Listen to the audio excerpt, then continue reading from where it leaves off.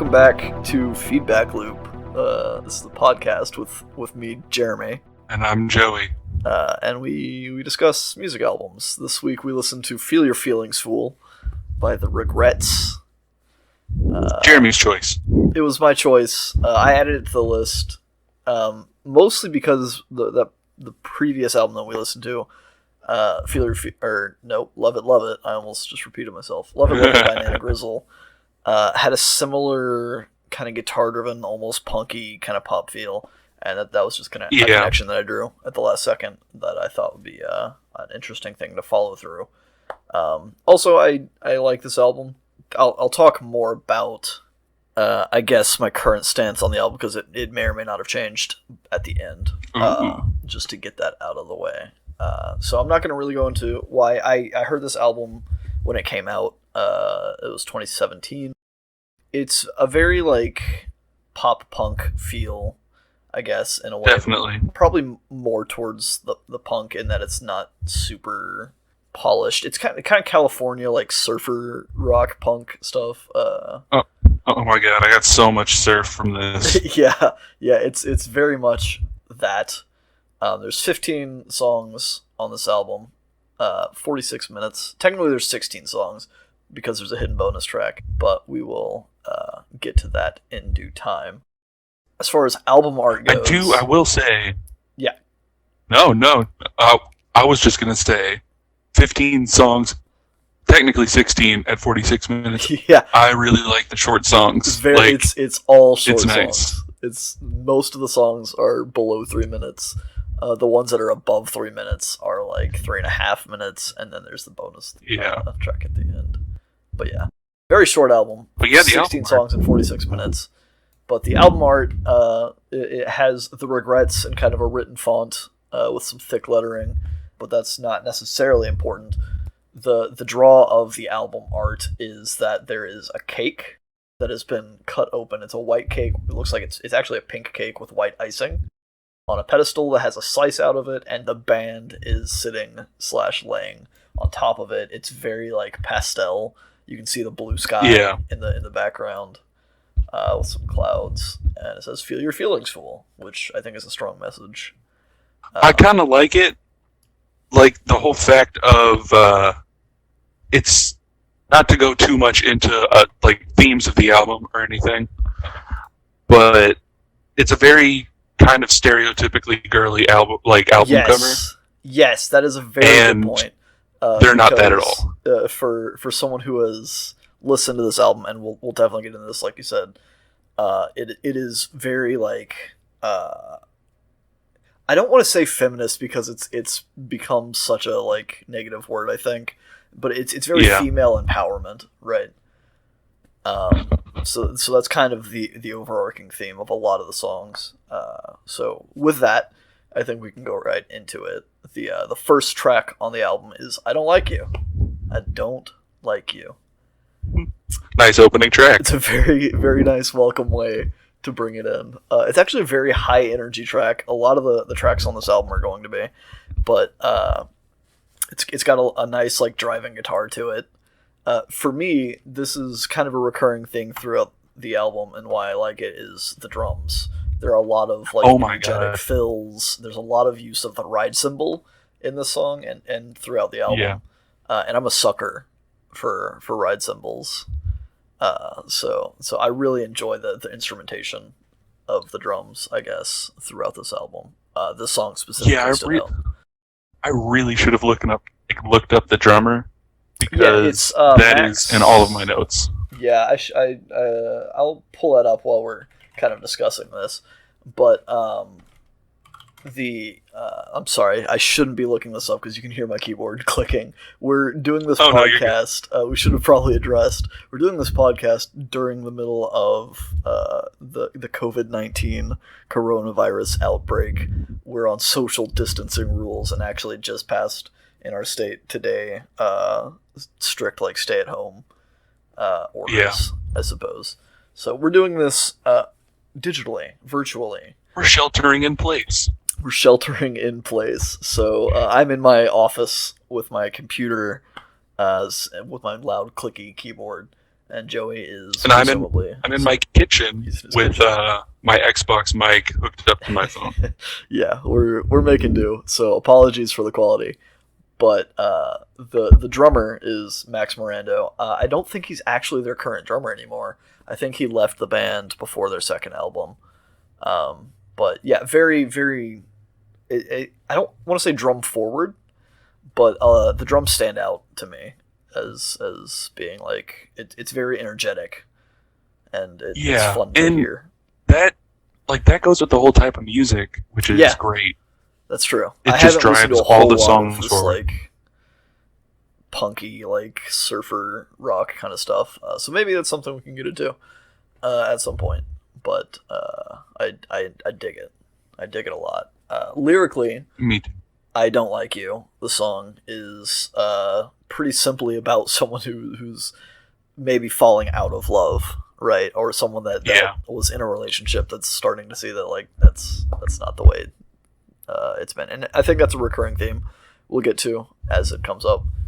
A lot of this, well, we'll save that till the end. We don't need to talk too much about the album as a whole. But yeah, so the songs, it's I Don't Like You. I'm done. I'm sick of you, kind of, in a way. And I don't know. Like, it was a good thing to open on. Yeah. Because, like you said, it kind of is a theme to where I guess you can have feelings for somebody or about somebody, and they completely change, and Absolutely. That's just a thing that happens. Yeah, and so, like, the whole song is like, yeah, I said I loved you, or yeah, I said I was into you, but I changed my mind. I'm not into you, and that's okay.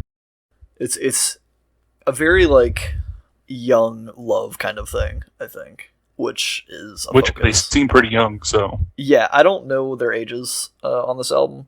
I think they were about our age, maybe a little younger, but don't quote me on that. I'll quote you. Quote me all over the internet for saying that Lydia, the singer for Regrets, is my age, but you don't know my age, so it's fine. So you're right. Going into the next track, we're gonna try to keep a good pace this time, and not get too derailed. Also, the music's a bit simpler, but again, that's something for the end of the album. A Living Human Girl, track 2, starts off with like a quartet-esque a cappella thing. Definitely. I'm a big fan some of that. 50s all over. Yeah. I don't know why, but like layered vocals and a cappella stuff, I'm a fan of when it's done in maybe a not like super a cappella way, if that makes sense. And that like I don't know if I would go to an a cappella competition. I would to that. All day. But I like it when it's in music that normally wouldn't have it. But I love barbershop quartets, a cappella. Yeah. Yeah, like I guess that's fair. So like a lot of the older 30s, 20s, that genre or that style of like doo-wop and stuff, I could listen to all day. So maybe I would go to an a cappella competition, but I feel like it's been, and maybe this is just me being pretentious, but I feel like it's been bastardized a little bit with modern a cappella. Like, I mean, I saw the Pentatonics live, and I wasn't super into it. But that's not here. We're getting sidetracked, and by we I mean me. This song starts off with some of that a cappella stuff, and it's very 50s, like you said. I really like her voice throughout this whole track. Me too. And throughout this album, I think she has a good voice, a good fit for the music. But this track, notably, I enjoyed kind of her vocal stylings, if you will. See, and that's something I kind of thought about. Is it's like she can sing classic, but she also has a really good kind of rocky type voice. Yeah, she can get rough. It's like she chooses to do that. Yeah, absolutely, and I think it's great for the music, and it's good to stand out with that ability, I guess.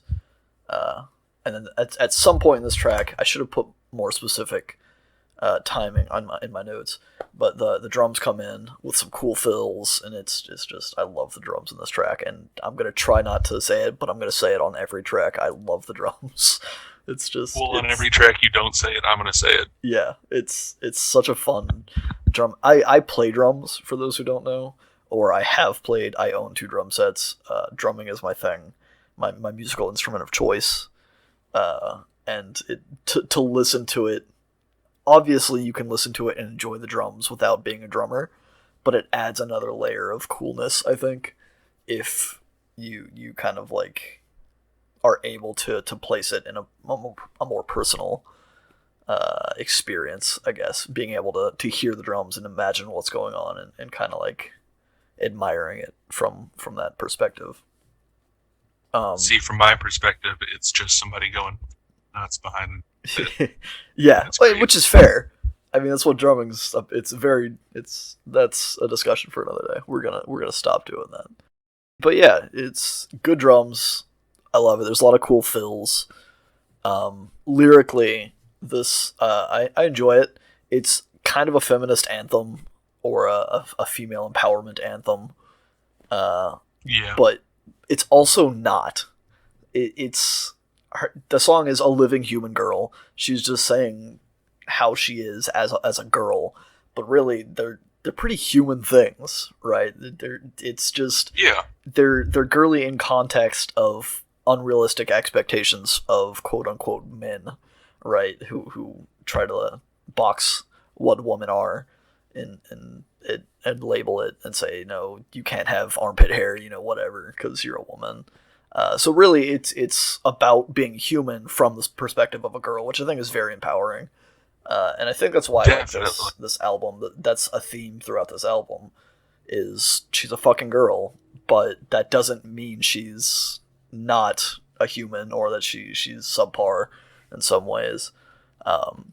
What I thought was kind of cool about this song, this album, this song in particular, is like, so they have all these songs that are like, I'm just gonna exist and live as a girl, which I'm not super qualified to bash gender norms, whatever. But they do it all in a 50s music style, which is like historically the most like, you're gonna stay home. It's oppressive.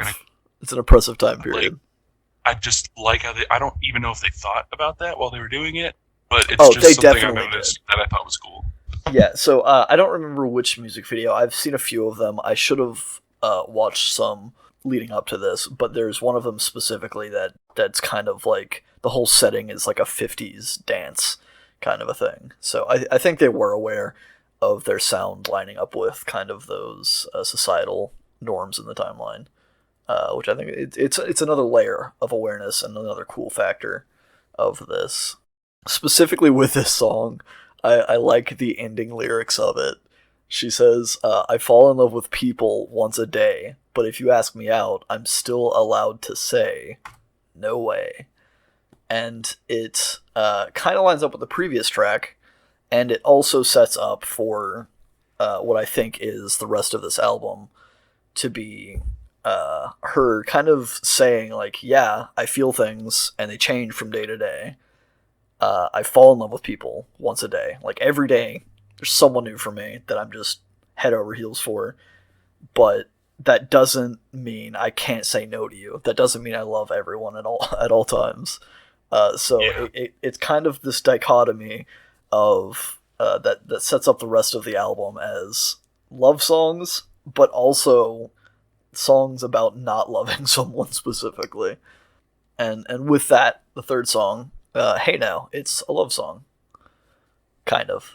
It's very like, hey, kind of like what I was saying in the previous track. You have fancies of people, but now that I got that out of the way, you're cute, let's date. It's very much coming off of that, like, I don't want to date you, transitioning into, yeah, I want to date you, you're cute. And it's very like teenage. It's just continuing the last theme of that song. It's like, well, there's sometimes when I don't want to fall in love, but sometimes I do, so hey now. Yeah, so hey now. I noted more ride cymbals with exclamation point in this track because there's so much ride in it, and I love it. But yeah, it's continuing that the exploration of what I imagine to be a teenage girl's feelings or a young woman's feelings and this is the high point. It's the love song, which I don't And have a that's lot. the thing, like talking about what you can assume are teenage girls' feelings. I don't know. Right. I've never known that. We've never been I have teenage girls. Yeah, never in my life have I been a teenager. So I can only imagine some of, like, I'm not the target demographic, I guess, for this album. Sure. And, like, I know I've been more lyric in previous times we've talked, whatever. Yeah, I mean, we're But coming off I have of arguably the most relatable album for you, and going to something which is possibly the least relatable to you. But, like, it surprised me how, like, I can still with plenty of things on the more than I would have thought. So, but like, I have so many. It made me pay attention to the music, and I really on this album. Yeah, I like the feel of the album for sure. Like this song, I'd put her on a playlist. Hell yeah. I was driving around earlier listening to the song. It was just like, Yeah, there's a lot of energy. The next track, Hot, it's kind of an anti-love song following up the love song, tying back to the theme of young love and being able to tell someone no that she kind of covered in track 2. It seems to be about someone who thinks they're hot shit and can't possibly understand why the singer doesn't want anything to do with them. Which, unfortunately, is a thing that fucking happens a lot. Yeah, but it's... Like, I've known so many people like that. Yeah, no, it happens a whole lot, especially, like, in high school, right? There's cool kids that think they're so cool. And it's good to hear the other perspective where it's like, how are you such a shitty person? Yeah. Like, how are you so self-obsessed that you think that, oh yeah, everybody just loves you? Yeah, and more specifically, I think, in the context that how could you possibly think that any girl you want is just going to want to date you? Or whatever. Yeah, and how can you think that that's an acceptable thing? Yeah. You think that makes you more attractive? Do you think that's confidence? That's not confidence. Yeah. It's just being shitty. So yeah, I think it's a good message, especially to younger women, that like it kind of like returns to that say no, like tell just be yourself, be honest, don't do things you don't want to do, right? Don't feel pressured into doing that shit. Which again, not super relatable to us being the men that we are, the manly men with no feminine qualities. Definitely. Not at all. Yeah. And there's a cool breakdown in the song musically, I noted. I put a timestamp, but I don't want to go too crazy with sharing music. I'm going to share something on the next track. But it's a very cool song. I like it. Go listen to it. There's a breakdown around 2 minutes. That it's not really a breakdown, I guess. It's more of like a pause in the song. They do that a lot in this album, I think, where they'll play a song, and it's probably a factor of the genre, but they'll play a song in a certain style and then kind of stop it and leave just vocals or just drums and vocals, and then kind of kick right back into it with a big punch. The next track, so Seashore, track 5, 3.5 minutes, one of the longer tracks. This was the lead single from this album, I believe, and it's the first song that I ever heard from them. It's a very cool song. It's very like surf rocky in a way, but it also has it's introduced with like a very simple guitar riff that kind of goes through it. It's just like a plucky like dunk dunk dunk dunk dunk that kind of iterates through it. There's more ride in the chorus. I love that ride symbol every track. Oh yeah, it's good. Very simple. That was the first thing I wrote, was like the groove of the chorus. Yeah, it's very groovy. That's a good word for this album, I think. A lot of the tracks have a good groove and feel to them. And I like the lyrical content of this song too. Yeah, just like it's talking about not being taken seriously. And everybody's like, "Oh, well, you can't do this. You can't." Right. It's another female empowerment ballad, for lack of better words. Kind of like it's from the perspective of her being tired of being talked down to, and being told, this is what you can't do because you're a woman. There is a very cool solo, and I'm actually going to play a snippet here because I love the solo, and I think this is the first like guitar solo that stood out to me on this album. I don't know if it's the first one on the album. It's the first one that I noted on this album. But here's that sample.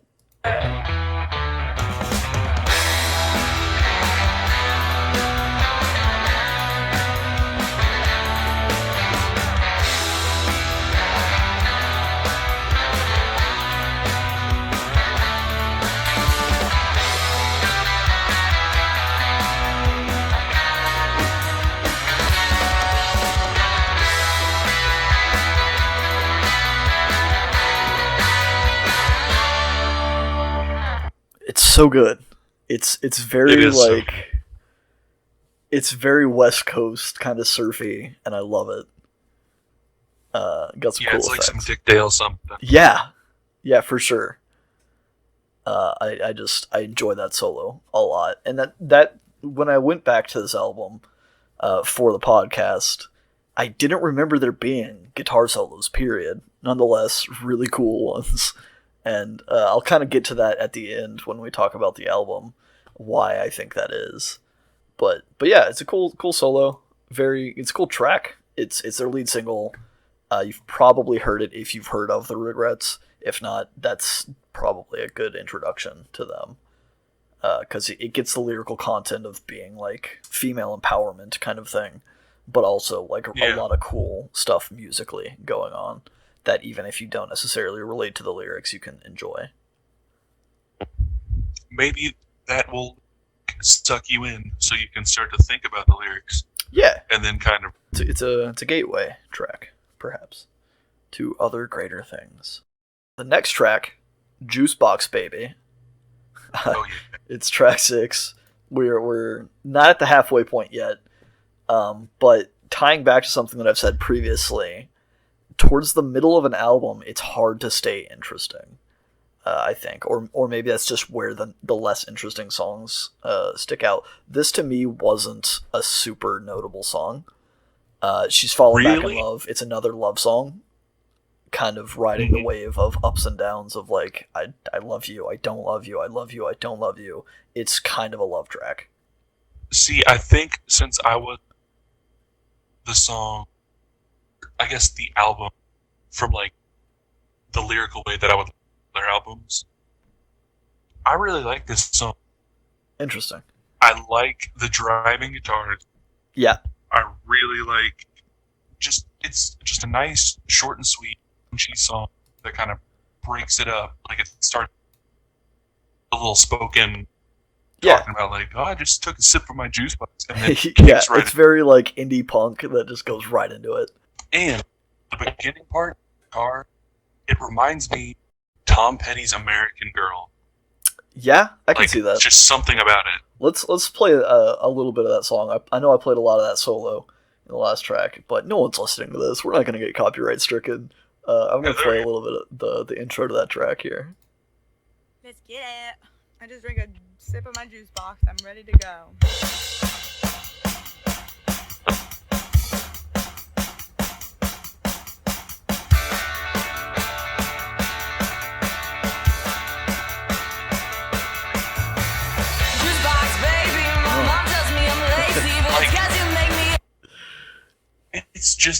There's something kind of Tom. Yeah, it's kind of like bright guitar sounding. Not super like twangy per se, but it's in them highs. It's clean. It's got the simple like driving drum beat, like you said. Yeah, it's a fun track. I felt like this was kind of the fall off point for me in the middle of the album. Kind of this song. I had that, but it didn't. Oh, interesting. Was it later in the album then? It was a few songs. A few songs from now, but it wasn't for the rest of the album. Right. We'll get to it. Yeah. In that vein, Till Tomorrow is the next song. It's more of an on-brand love song for them, I think, given the state of the rest of the album. Whereas Juicebox Baby is just kind of like, I'm in love, I love these things. This one is more about testing the waters, I think, expressing interest, and seeing what happens with it.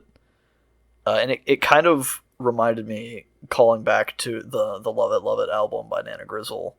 It has a very much just like, do it. Just do it and see what happens kind of feel to me. Which is a good mindset. Yes. Like, one thing that I really liked about this song, because I kind of thought this song was kind of par for the course. Yeah. I liked the message, but music, it was kind of just there. But Right. the drums and the chorus are just they're hard hitting, and they make me listen, and it's just cool. Yeah, the drums. I love the drums in this album.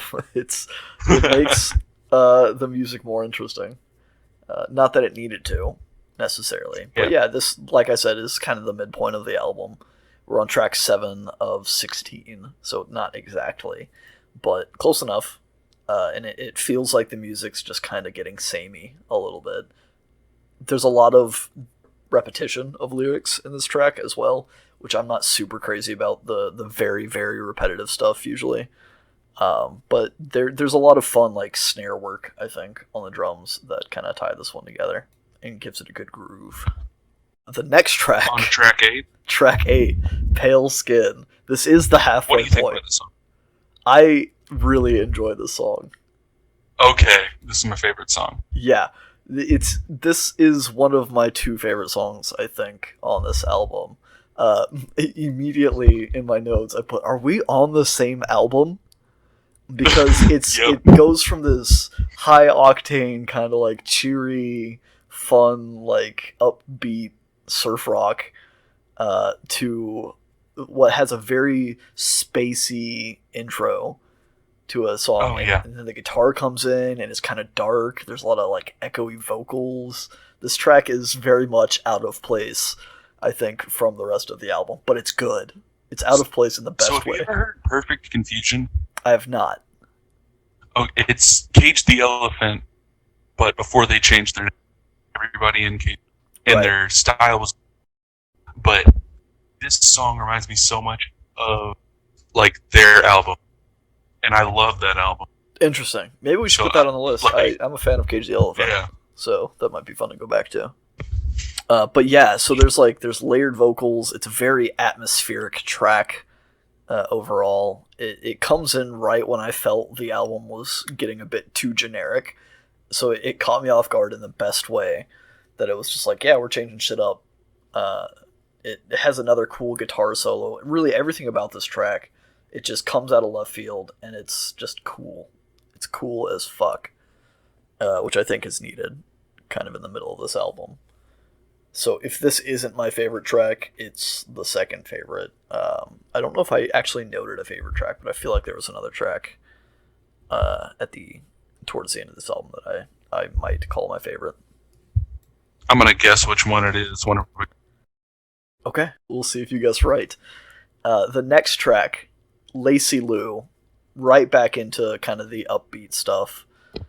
The song is more about wanting to run away with a lover, which again, back to love. You know, it's this whole album is kind of like experiencing the emotions of a teenage girl, or what I am led to believe are the emotions of a teenage girl. And this one's just about like wanting to get away, going with your lover or whoever, and just getting the fuck out of town and seeing what happens. Yeah, this song, it has a very, I don't want to say Bonnie and Clyde because there's no crimes being committed, but it's kind of just like, let's run away together. Yeah, Like, it's a vibe that I get from Houndmouth, which I really like Houndmouth. I don't know who And, that is. like, it's just, I don't know, it makes me want to drive yeah, far away.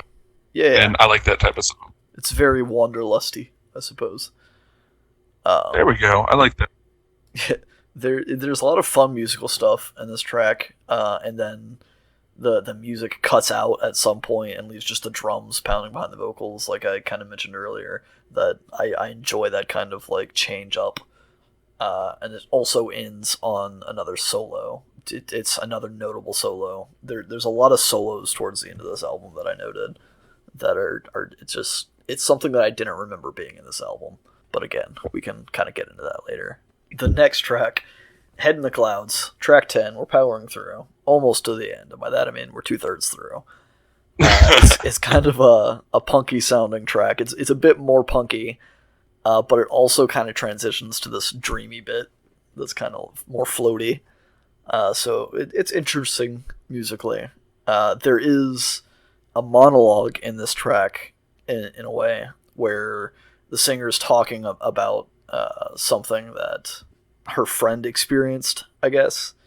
And I'm generally not a fan of songs doing this, having like a weird monologue in the middle, because not because, I don't know why, but it reminds me of, in my opinion, the worst part of Taylor Swift's Shake It Off, where she does the same thing. I'm a fan of Taylor Swift in general, I think, but that is the worst part of that song, is just her like breaking it out and being all talkative. The monologue in the song is kind of directed to a guy that her friend wants to date, because he's like peacocking around and like, I don't know, and I guess that's the song kind of, is that like tying back to that friend wants to date, or not like necessarily a friend throughout the rest of the album, but like someone that's like being cool and kind of tying back to that wanting to date them maybe kind of a thing. But yeah. Yeah, at the end of it, she says, "Just feel your feelings, fool," and that's where the it's the name of the album. Yeah, it's where the album title comes from. They said the thing. They said the thing. But this is actually where I hit my mid-album slump. I can feel that. I can That's see one. that. It's not a super interesting But it was a short track one. musically. It is short. It is 2 minutes and 3 seconds long, which isn't the shortest track, but it's close to the shortest. It's the second shortest track on this album. Yeah, the other one's like unremitted. What's that? Juice Oh wait, Box there's 3 of them. Yeah, so Juicebox Baby was 1 minute and 51. This track is 2 minutes and 3 seconds. There's one more track later in the album that's sub 2 minutes. Yeah, I can definitely understand. This one's not as interesting musically, and like I said, it has a weird talkative part that I'm not really a fan of in music anyway. So that makes sense. Usually... Going on to the next track, How It Should Be. It's another slow song. It's not as dark as Pale Skin. It could be related, I think, to the prior song. It's kind of about finding value in being alone instead of being dependent on someone, which I think is very good. It's something that I'm a big like proponent of. I think everyone needs to kind of find value in themselves before worrying about a relationship, especially Definitely, because then you're just gonna fuck it up. Yeah, if you can't like live with yourself, then you're definitely not going to be able to live with someone else. Exactly. I noted again. Sorry to cut you off. Ride Cymbal, so much Ride Cymbal. I like it. It's such a good feeling. I don't know why I have this thing for ride cymbals, but I do, and it's phenomenal that it's in this album so much. It's because they have a way of like tying a whole song together, like somehow. Yeah. I think It just feels good. it's just kind of yeah. That was the last thing I wrote about this song. It was I really do like this drum. Yeah, it's the drums. I'm glad to hear that. It's kind of validating for me, being as I was listening through this, I'm like, man, I really enjoy the drums on this track, but I don't know if it's just me or if it's gonna come off as like too much or not notable. So I'm glad that there's validation there for me. I'm gonna take a drink real quick. If you want to take us to the next track. Picture Perfect. And this is the one. Is this the other one that might be your? It's not. Ah, shit. It is Standout. It is a good track. It is a fun song. I mainly thought it because of the vocals. Yeah. Like it's kind of like Hobo Johnson-y, but I also got a Dirty Heads vibe from it. Sure. Yeah, I can see that. It kind of ditches the surf rock feel of the rest of the album, at least at the 100. beginning, for some more like fuzzy guitars and some more like not abstract, but some more interesting drum beats and patterns and stuff that maybe doesn't really feel like the rest of the album. Lyrically, it's about a picture-perfect girl. Like the song's called Picture Perfect. It's just kind of going back to Hot, about a guy who thinks he's hot shit, This is And this one's about a girl. this one's about a girl, but it's not necessarily like in an I don't want to say not in a negative way because it is, but it's not like she's being snippy about it. She's just saying like there's a girl that like all the girls want to be, all the boys want to be with. She's perfect, and there's not a whole lot of message that I got from the song. It was just a song about this picture perfect girl. At the end of the song, they they do this weird salt and pepper thing where she's just going, Yeah. "Ooh, baby, baby, baby," which I thought was it was fun. It was weird, but it kind of worked, I think. Yeah, I was wondering, like, I was like, do they know what they're doing? And then the music kicked in, and I was like, Yeah. yeah, okay. Yeah, it was an homage, if you will. Very rocky song. I do enjoy the song a lot. I don't think it's my favorite on this album. Maybe it is. Maybe. It's top 3. We'll say that. Between Pale Skin, Picture Perfect, and then whatever. Bronze. Is that the other one? That is not the other one. Oh, shit. I'm so wrong. You just guess every song until the end of the album, and you'll be right at least once. This song is seemingly about the singer's best friend, or former best friend, maybe, that has kind of found a new friend group to hang out.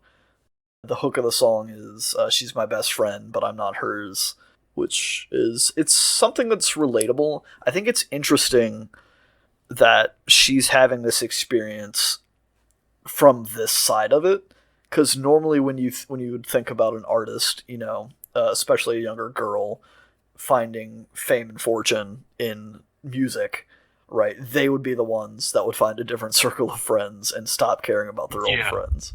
But it seems like the opposite's kind of happening, unless she wrote this kind of third person about herself, perhaps. Or maybe it happened before. It could, absolutely. And that's fair. This was their first album. I'm not sure if they had released other music or if they were... I mean, I guess they were aware that they had a record deal at this point. But, yeah. Yeah, I had seen them have like put out some singles in 2016.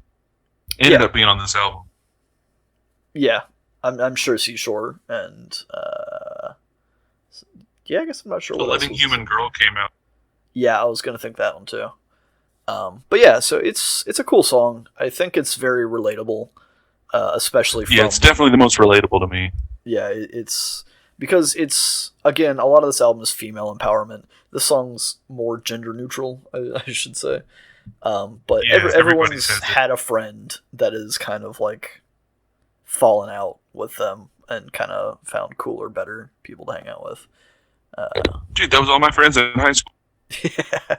Yeah. I mean, yeah, I'm fortunate enough that I'm still friends with most, if not all, of my high school friends, quote unquote. But yeah, it happens. Well, aren't you cool? I'm the guy that she's singing about in Hot. I'm the coolest guy, and I don't get why the singer for this band won't date me. I'm kind of frustrated, honestly. But Write her an email. yeah, a strongly worded email. Going straight out to you, Lydia. The next track on the album is Ladylike and What a Bitch. It's kind of a wombo combo. 2 tracks in one. They're both very short. This is the other short track. It's 1 minute and 52 seconds, and it actually has 2 tracks in it, which makes them each kind of short. But they're paired. It's all one track. There are 2 songs on it. Ladylike is the first half of this song, which is... I guess I can just play a little bit of it just to like get a feel for how the flow is. But it's talking kind of about idealisms, about what girls should be or what girls should do. And Like he asked some older dude, like, what's the stereotypical girl what's supposed a to be? woman's role? And Yeah. they'll say, I'm going to play just a little bit of this. Just to it's very like clean vocals. Very simple melody that goes into it. Maybe I shouldn't play the whole track to kind of get into it, but we'll play a little bit here. Be soft, be shy, read a book and learn to cook. Be nice. Be dumb, clean the floors and wash your pores.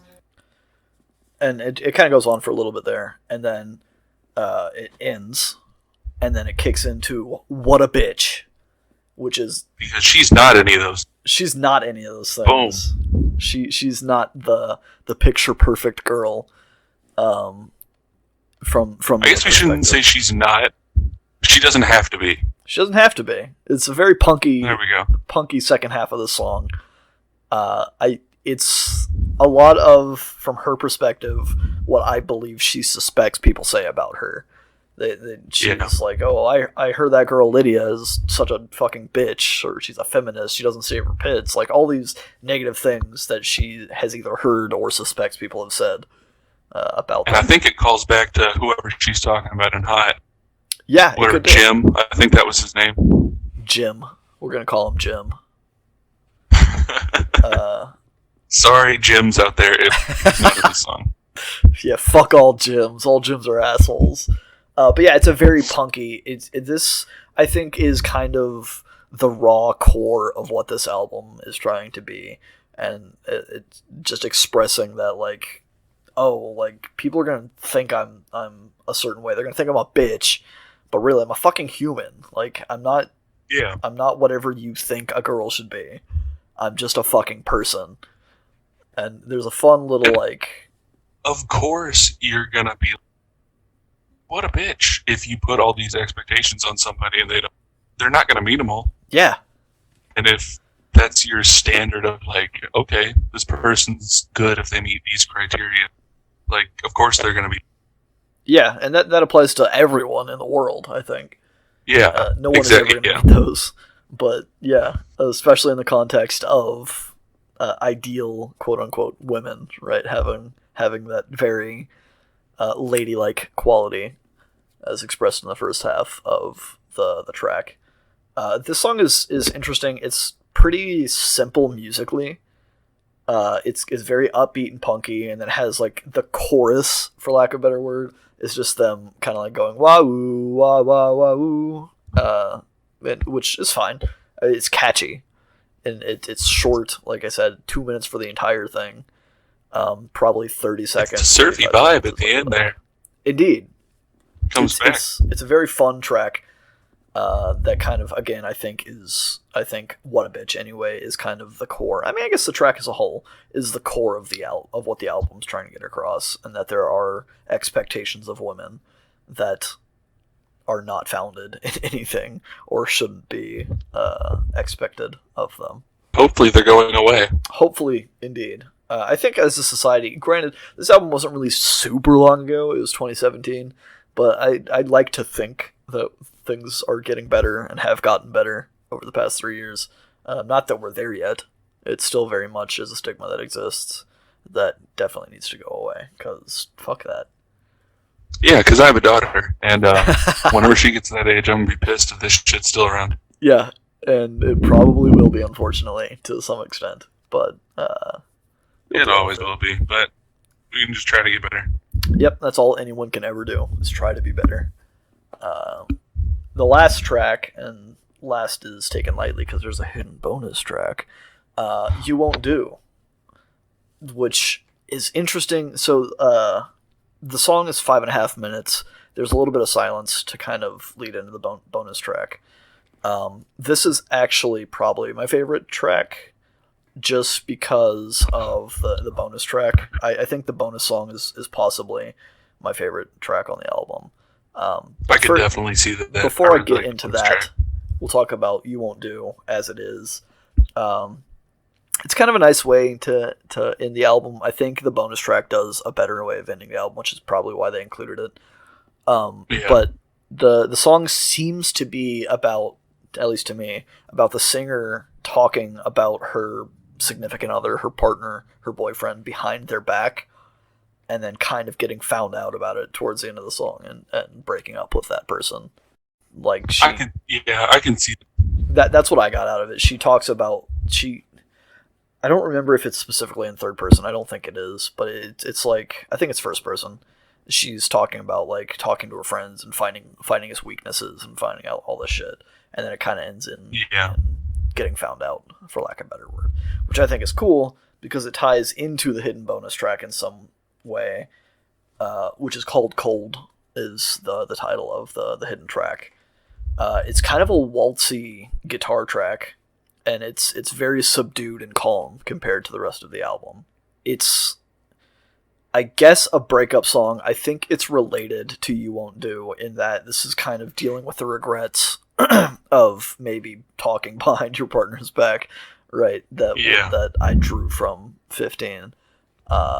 So it's kind of like a chill, slow waltz that kind of feels sad, and it's a breakup song, I guess, which is, I think it's a good way to end this album, in that this whole album is talking about like, oh, I want to date you, no, I don't want to date you, oh, I want to date you, no, I don't want to date you, this kind of back and forth that kind of ends with a breakup, saying like, oh shit, like I fucked up, maybe I shouldn't have been so like that way, whatever that way is. The end, it really made it for me because of, like you said, I mean, the first song, I don't like, it's about, oh, well, I like you.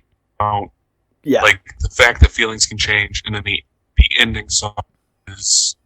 Yeah, it almost, like, the rest of the album almost glamorizes it, I think, in that, like, oh yeah, it's a fun, happy song, like, fuck you, haha, I don't want to date you. And then there's, like, the sappy love songs, like, yeah, awesome, we're going to date and we're going to have so much fun. And this kind of, like, brings it down and makes it more grounded, I think, more real, and that it's not all mania. It's kind of the opposite side, where it's kind of like a crash that doesn't happen. I mean, I guess Pale Skin does a good job of kind of tying it down in the middle of the album, but I think conceptually, being a breakup song also helps kind of finish up the album. Well, I'm glad we're on the same page there. Full album thoughts. That's the end of the album. So we're going to go into discussing. What did you think? I'll start, since this wasn't mine. You know, so we had talked a little bit, maybe at length, about me previously not liking albums by female artists. Indeed. And I have been trying to fix that. It's like there's so many songs on this album that I would have immediately turned off like 7 or 8 years ago. Yeah. And like a little like part of Living Human. I was just saying, a little bit of that is possibly why I suggested this album, is because I wanted to see how you would react in your current state to such a like feminine forward album, knowing that musically you haven't really given a lot of that a fair shot previously. Yeah. And I'm glad I am now, because, I mean, while it's not an album that I would consistently listen to the whole way through, there's definitely songs on here that I would add to, like, a playlist where all of the songs that I like go. Sure. Like, because there's a few albums that I have to listen to the whole thing all the way through. Yeah. And this wouldn't be one of them. I agree. But, like, Hey Now, I Don't Like You, Seashore, Juicebox Baby, Pale Skin, I'd add all those. I'd listen to all those all the time. Yeah, they're good, solid songs. From my perspective, it was interesting, and I don't know if I should have gotten into this before or after, so I put it after. But I heard this album, I bought this album in 2017 on CD, and I generally only buy CDs for albums that I really enjoy, but I kind of shelved it. I listened to it and I enjoyed it for a little bit, and I shelved it and I didn't think about it as much. I never came back to it. So it kind of got distant in my mind, which is why I mentioned not remembering certain things like the guitar solos and how fun the drums were. Because I kind of forgot. I didn't forget that it existed, but I forgot what it was. I remembered tracks like Seashore for being very feminine forward, which is cool. I'm glad that stuck with me, but a lot of it musically I didn't really respect at the time that I listened to it, I don't think. So after coming back to it and sitting it and giving it a very thorough, good listen, I really enjoyed this album a lot more than I thought I did. And again, like you said, it's not an album that I think I would play in full often, or ever again. Maybe we'll see if this gets shelved again. But I do. There's a lot of good, fun music here, and it's a good message. I think it's worth sharing. I do think I prefer their second album better, but I don't know if we should go into that on this podcast because I think lyrically or musically there's not as much to discuss. This album had a bit more noteworthy discussion around it. But their second album, go check it out. I'm trying to think what it's called. I'll listen to it on my own time. Yeah, I recommend you and the listener as well. It's called How Do You Love? So kind of tying in Love again, but it's notably less punk, I think, in my experience. It's a bit poppier, which is also another reason that I didn't want to recommend it before listening to this one. So maybe someday we'll come back to it, but I'm fine if we never do. Overall, for this album, I tend to like the chill tracks more than the energetic stuff. But without that high energy stuff, I'm not sure that the lower energy stuff would have had as much of an impact. And I totally agree. It's weird that, like, generally in punk music, not that this is strictly punk, but in punk music, the lyrics are supposed to have such a punch to it. But I feel like the lower, slower tracks have more of an impact on me than the loud, upbeat punk tracks. Yeah, I feel like that's just in general kind of how I also feel about most music, really. Yeah, that's I fair. like the slower stuff. Yeah, we talked last week. We like sad songs, sad music, Yeah. slow music. It's another Sad drug. boys over here. Sad boy. Hashtag sad boys. Tweet it out. But yeah, it's a fun album. There's not a lot musically that is groundbreaking. But there's that feminist tint to it that you wouldn't expect to hear anywhere else in pop music or pop rock kind of a thing. Yeah. At least. And they don't break ground, but they do it well. Indeed. There's a lot of fun drums in this album. There's some fun guitar solos. The vocals are great. I think everyone played their part very well. It's well produced. It's worth a listen. If you didn't listen to this album with us, check it out sometime. It's a fun experience. Next week on Feedback Loop, Next week. we are going to be, I guess this coming week. I always say next week. Next week we'll be discussing the Two-Man Gentleman Band.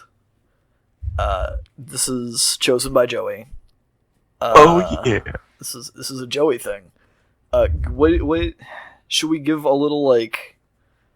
What can we expect going into this? How much do you want to share about this album? I will share. It is two men. Two men. The Two-Man Gentleman Band. Sure. They got kind of a no females. Just being clear, going off the regrets. No women in this band. Not nothing against the women, but they are the Two-Man Gentleman Band. But Absolutely. yeah, I mean, they're kind of like swingy, bluegrassy. They're fun. They write songs about like historical stuff a little bit. Do they have any other albums? Is there just one album? To be clear, Oh, no. both the artist and the album are named the Two-Man Gentleman Band. I almost picked their second album, which is called Great Calamities. But I think that album is centered around great calamities in the past. So it's like a theme. Interesting. I feel like this album, their first one, is kind of a better entry point because it's more of just their music. Cool. So maybe we can kind of sprinkle some of them in the future, or at the very least, I'll listen to that album. I think you should. On my own time. But this is the Two-Man Gentleman Band, a 2005 album, their first album. I pulled it up. They have a lot of albums, a lot more than I anticipated. They do. So it's pretty nice. This will be fun. I think I'm ready for what Wikipedia has classified as early jazz, American roots, Western swing. I think that is exactly the kind of thing that I will enjoy especially because this may be tangenting a little, but swing music tends to have a lot of ride cymbal, so bringing it back. I like ride cymbal. I like swing music. So we'll see. I'm just gonna bite my tongue. I hope that means that there's a lot of swing, or a lot of ride cymbals in this. But yeah, next week We'll see. We'll be discussing the Two Man Gentleman Band, which could be my new favorite album. Hopefully, we'll see. Until next time, you can find us on Facebook. We are Feedback Loop Podcast. We're Twitter at FBL Podcast, Instagram Feedback Loop Podcast. It's all one word. YouTube, SoundCloud, Feedback Loop Podcast. Just search those 3 words, and you'll find us pretty much everywhere. We'll be uploading this to YouTube and SoundCloud, and then socials. Obviously, we encourage you guys to interact. Tell us what you thought about the Regrets album. Participate. Involve yourself. Communicate. Music is a communal activity. It is, but it's also not. A lot of times. But yeah. Playing music is. Listening to music is not. Sure. Yeah. I can agree with that. But yeah, so look us up. Feedback Loop Podcast. I guess if you're hearing this, you already know where we are, because it has been dispersed to you, or you found it yourself. But we have socials, so communicate with us, and we'll communicate back. Talked. Yeah, recommend albums if you guys want, and we'll maybe do them, because the whole point of this is for us to find new music that we could fall in love with, like the Two Man Gentleman Band and their sexy swing. Until next time. I'm so excited. Yeah, I'm excited now. I might listen to this album tonight. Just do it. It's not that long. But until next time, we hope that you guys be safe if you're listening to this in trying times such as a virus outbreak. Stay inside. A pandemic, stay inside. And more importantly, not more importantly, I'm lying. It's not. Stay in our feedback loop. And we will see you next week. Bye.